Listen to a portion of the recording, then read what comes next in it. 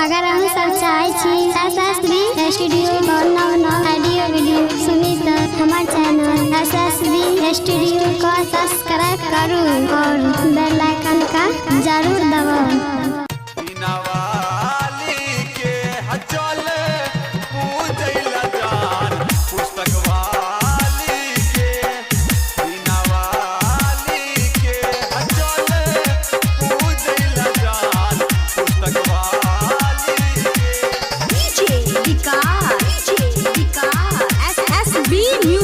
प्रस्तुति गांधी चौक बसवारी।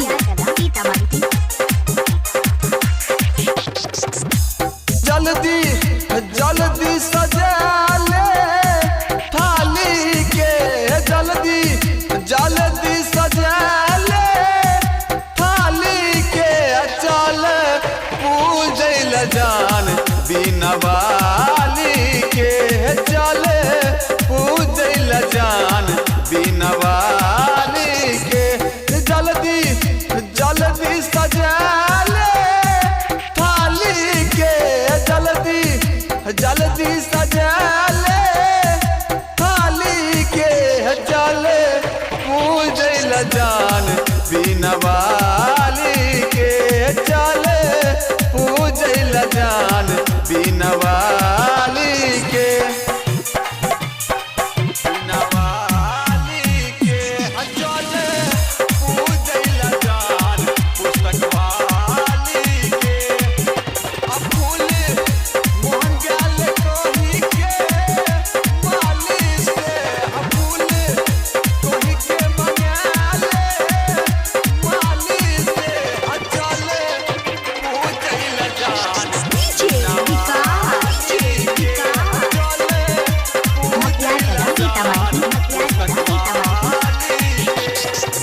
मैया के भगवती में दोही ध्यान के, बैठ जे तो ज्ञान बना जे भी विद्वान के, मैया के भगवती में दोही ध्यान के, बैठ जे तो ज्ञान बना जे भी विद्वान के, फूल महंगाल कही के माली से, फूल कही के मंगाले माली से, चल पूजल जान बिना वाली के, चल पूजल जान पुस्तक वाली के।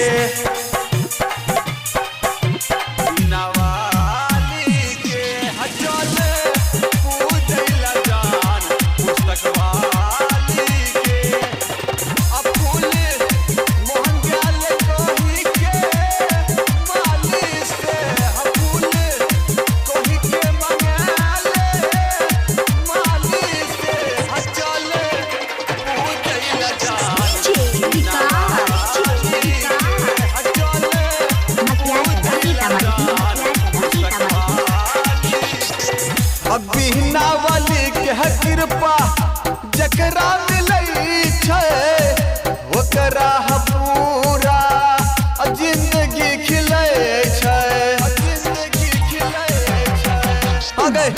बिना वाली के कृपा जकरा मिलई छै, ओकरा पूरा जिंदगी खिलै छै।